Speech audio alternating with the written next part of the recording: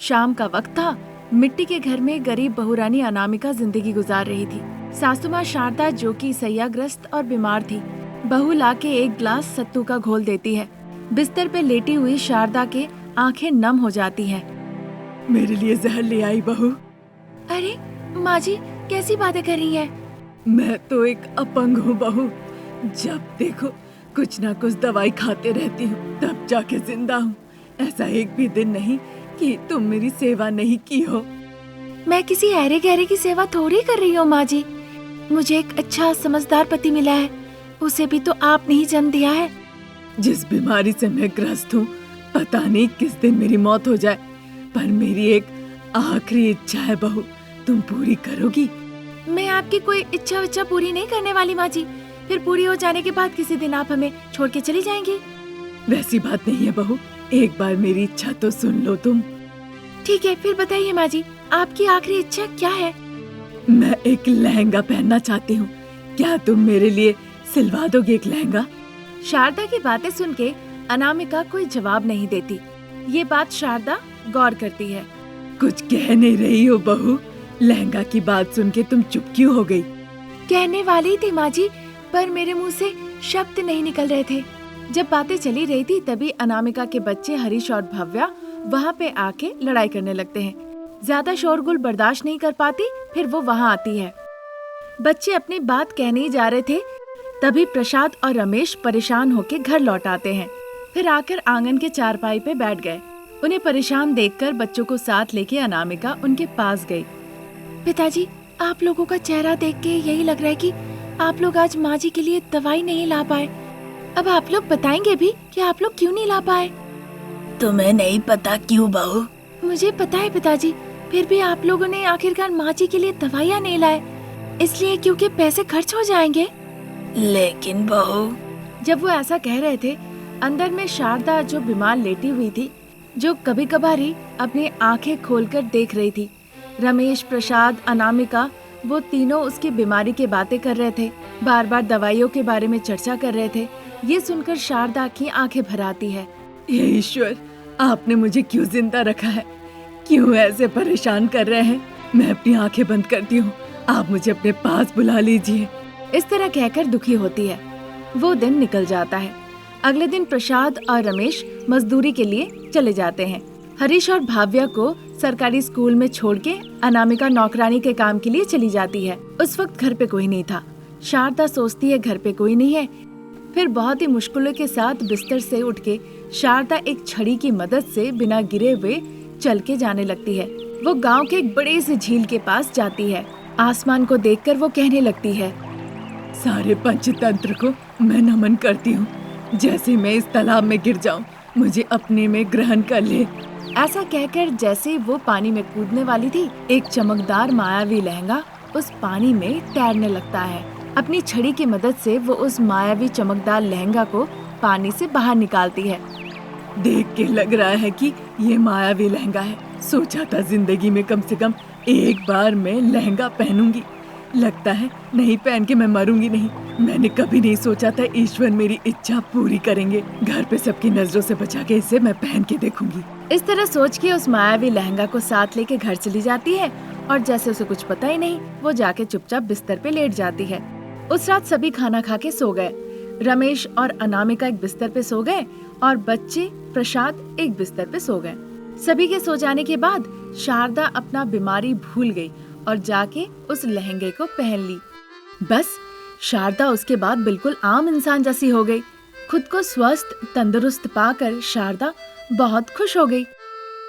ये क्या, जैसे मैंने ये लहंगा पहना मेरी सारी बीमारी चली गई। मैं एकदम साधारण हो गई। मुझे तो विश्वास नहीं हो रहा है, जरूर ये मायावी लहंगा है। इसकी चमक देख के ही मुझे लगा था ये जरूर कोई मायावी लहंगा है। मैं तो चाह ही रही थी इसे एक बार परख के देखने को। इस तरह काफी देर सोचती है, फिर खुद को देखने के लिए शीशे के पास आती है। दीवार पे एक बड़ा सा शीशा लगाया हुआ था। वो खुद को बस देखती ही रहती है। ऐसा लग रहा है अभी अभी 25 साल की हुई हूँ। जैसे ही उसने सोचा, शारदा मिनटों के अंदर वो लहंगा पहन के बिल्कुल 25 साल की उम्र की हो गई। खुद को शीशे में देख के शारदा अब तो बहुत ज्यादा खुश हो जाती है। अरे वाह, इस लहंगे में तो मैं बिल्कुल 25 साल की लग रही हूँ। जब मैं जवान थी मैं आम चोरी करने जाया करती थी, वहाँ का माली मुझे पकड़ लेता था। अब मैं देखूंगी कि अब क्या होता है। हाँ, ऐसा कहते ही शारदा अचानक से वहाँ से अदृश्य हो जाती है और सीधा आम के बगान में पहुँच जाती है। वहाँ जाके आम बगान में वो आम तोड़ती है, बिल्कुल आर राजकुमार की फिल्म की तरह, जहाँ हीरोइन कूद कूद के आम तोड़ती है और आम नीचे गिर जाता है। उसी तरह शारदा भी 2-3 आम तोड़ती है और उन्हें फिर जमीन पे जाके रखती है। फिर जैसे ही माली ने शारदा को देखा तो वो उसे पकड़ने आया। शारदा वहाँ से अदृश्य हो गई। शारदा को इस तरह से अदृश्य होते देखकर माली भी बहुत आश्चर्य हुआ। फिर 25 साल की शारदा अपने कमरे में पहुँच जाती है। अपने साथ वो आम भी ले गई थी, जिन्हें देखकर वो बहुत खुश होती है। ये तो बढ़िया है, अब मेरा आम चोरी करने की इच्छा भी पूरी हो गई। जब मैं जवान थी उस टकले चक्रवर्ती को मैंने दिल की बात कही थी। उसने कहा था वो मुझे पसंद नहीं करता, उसे सबक सिखाना होगा। जैसे उसने कही 25 साल की शारदा वहाँ से अदृश्य होके सीधा अमीर चक्रवर्ती के बिस्तर के पास जाकर हाजिर हो गई। वहाँ जाकर वो फिल्मों की हीरोइन श्रीदेवी की तरह खिलखिला के हंसने लगी। बस टकला सर वाला चक्रवर्ती डर के मारे उठ के बैठ गया। उठने के साथ साथ वो सामने में 25 साल की शारदा को देखा। वो और ज्यादा डर गया। भूत! डरो नहीं चक्रवर्ती, मैं शारदा हूँ। जब मैं 25 साल की थी मैंने तुम्हें अपने मुंह से आई लव यू कहा था, तुम भूल गए क्या? तुम आई हो पर तुम तो बिल्कुल 25 साल जैसे ही लग रही हो। ये कैसे संभव? मैं नहीं मानता। भूत! तुमने मुझे रिजेक्ट कर दिया था। ऐसा कह के वो उसके सामने आती है और उसके गाल में एक तमाचा लगाती है। उसका गाल लाल हो जाता है। ये देखकर वो बहुत खुश होती है और वहाँ से अदृश्य हो जाती है। ये माया लहंगा बहुत अच्छा है। अब मैं वो सब कुछ कर सकती हूँ जो मैं 25 साल में करना चाहती थी। तब जाके मुझे खुशी मिलेगी। अब सुबह होने ही वाला है। मेरे परिवार वाले को इस मायावी लहंगे के बारे में नहीं पता चलना चाहिए। ऐसा कहकर वो मायावी लहंगा को उतार देती है और फिर शारदा पहले जैसा बीमार हो जाती है। ये कहानी अगर पसंद आई तो हमारे चैनल को सब्सक्राइब करें। Thank you for watching. Software बहू अनामिका के सर पे बहुत जू थे। एक हाथ से सर खुजार रही थी, दूसरे हाथ से वो सब्जी चला रही थी और बार बार दरवाजे की तरफ देखकर वो बड़े कंफ्यूजन में थी। ये कहाँ से आए मुझे समझ नहीं आ रहा है, पर सर की ये जुएं मेरी जान ले रही है। अब तो एक तरफ मैं ये नहीं चाहती कि मेरे कार्यालय के सहयोगी मेरी सासू माँ को इस बात का पता चले, लेकिन खुजली भी तो नहीं रुक रही। कहते कहते अनामिका अपना सर खुजला ही रही थी। तब तक उसकी सासू माँ शारदा किचन की तरफ आती है और देखती है बहू बहुत परेशान है। अरे बाप रे, सासू माँ आ रही है, मेरी चुन्नी कहाँ गई? इतना कहकर वो अपना सर खुजारना बंद कर देती है और जल्दी से गैस ऑफ करके चुन्नी लेके वो अपना सर ढक लेती है। तब तक शारदा किचन में आ जाती है। बहू, खाना पक गया। उधर बेटा और उसके पिताजी डाइनिंग टेबल पे बैठ के खाने के लिए इंतजार कर रहे हैं। इतना कहकर वो अपनी बहू को चुन्नी से सर को ढकते हुए देखकर बहुत खुश हो जाती है और अनामिका से कहने लगती है, पढ़ी लिखी सॉफ्टवेयर बहू है, फिर भी घर में पारंपरिक और गृहिणी की तरह रहती है। घर की बहू होने के नाते तुम सर में चुन्नी लेके काम करती हो। तुम्हें बहू रूप में पाके सच में हम सब किस्मत वाले हैं।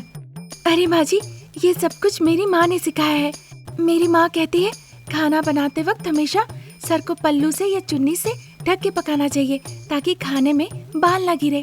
ठीक है बहू, चलो खाना डाइनिंग टेबल पे ले चलो। शारदा के कहने के मुताबिक अनामिका सारे पकवानों को ले जाके डाइनिंग टेबल पे रख देती है। शारदा पीछे से पानी की बोतल ले आती है। माँ जी, आप खाना परोसिए, मैं जरा फेस वॉश करके आती हूँ। ठीक है बहू, जाओ। काफी देर तक खाना पकाई हो ना, मुंह में पसीना आ गया होगा। जाओ जाके धो के आओ। जैसे ही शारदा ने कहा, अनामिका को लगा कि यही समय है। वो जल्दी जल्दी अपने बेडरूम के बाथरूम में आ जाती है। जल्दी से दरवाजा बंद करके वो अपने सर की चुन्नी को नीचे फैला दी। देखी चारों तरफ जू चल रहा है। देखते ही उसे बहुत चिढ़ मचने लगा। चीची, इन जुओं को सहना अब बहुत मुश्किल हो गया है। इतना कहकर वो शावर ऑन कर देती है और सर को उसके नीचे रख देती है। उधर डाइनिंग टेबल पे शारदा खाना परोस रही थी। रमेश और प्रसाद खाना खा रहे थे। अनामिका अपने सर पे टॉवल लपेट के आके डाइनिंग टेबल पे बैठ जाती है। शारदा भी बैठ जाती है। सभी मिलके आनंद पूर्वक खाना खाते हैं। इस तरह वो दिन खत्म हो गया। अगले दिन अनामिका अपने सर को चुन्नी से ढक ली और विवान सॉफ्टवेयर सॉल्यूशंस के अंदर जाके वो अपने सिस्टम के पास जाकर बैठ गई। थोड़ी देर में उसकी दोस्त सुमति वहाँ आती है। अरे अनामिका, तुम ऑफिस में भी इस तरह से पल्लू लेकर बैठी हुई हो। बाकी महिलाओं को देखो कैसे वो अपने बाल खोल के मजे से अपना काम कर रहे हैं, देखो। ऐसा कहकर वो अनामिका के चुन्नी को खींच के खोलने की कोशिश करती है। ये देखकर अनामिका को बड़ा गुस्सा आता है। मेरी चुन्नी पर से हाथ हटा दो सुमति। मेरा बाल मेरी मर्जी, तुम जाके अपना काम करो, जाओ। उसकी बातें सुन के सुमति उदास होकर अपना चेहरा बना ली और ऐसा अभिनय की कि वो जाने वाली है, पर जाने से पहले अपने हाथों से वो चुन्नी खींच देती है। बस अनामिका के सर पे जू फैले हुए सभी देख लेते हैं। उसका हंसी मजाक उड़ाने लगते हैं। टेबल, सिस्टम, हर जगह जू फैल जाते हैं।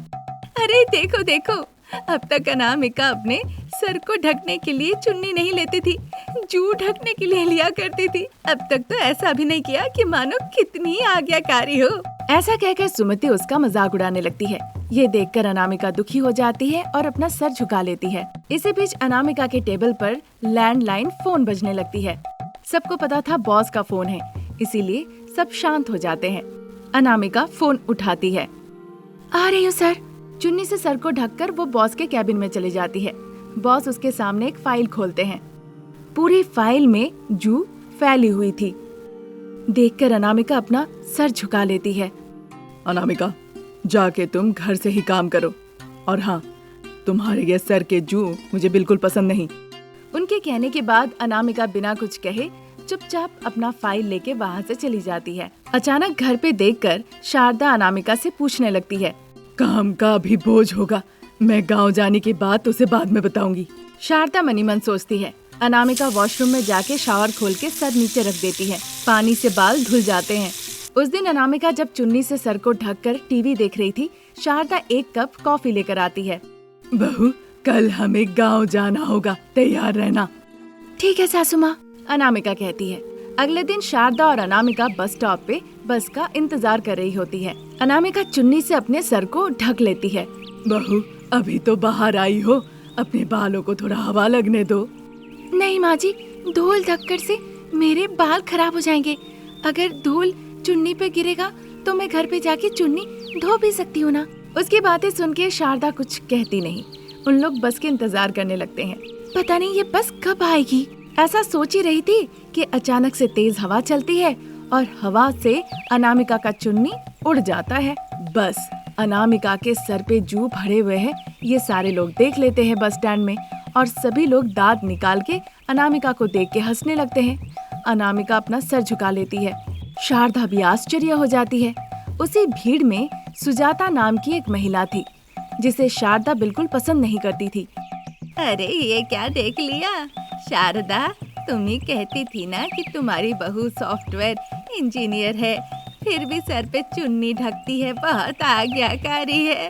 अब देखो असली रंग अब पता चला ना। ऐसा कहकर वो हंसने लगती है। वहाँ के बाकी लोग भी हंसते हैं। ये सब देखकर शारदा को बड़ा गुस्सा आता है। अनामिका, एक बार अपने बाल को हिलाओ तो। शारदा के ऐसे कहने पे अनामिका अपने बाल को हिलाती है। फिर सारे जू किसी के चेहरे पे, किसी के हाथ पैर में, किसी किसी के तो मुंह के अंदर जाके गिरने लगता है। ये देखकर सब वहाँ से भागने लगते हैं। ये सब देखकर सास बहू वहाँ से घर लौट जाती है। फिर अनामिका अपने सर के जू भगाने के लिए तरह तरह के शैम्पू का इस्तेमाल करने लगती है। अब देखना यही है कि शैम्पू से अनामिका के सर के जू खत्म होते या नहीं। ये स्टोरी अगर आपको पसंद आई तो हमारे चैनल को सब्सक्राइब करें। Thank you for watching.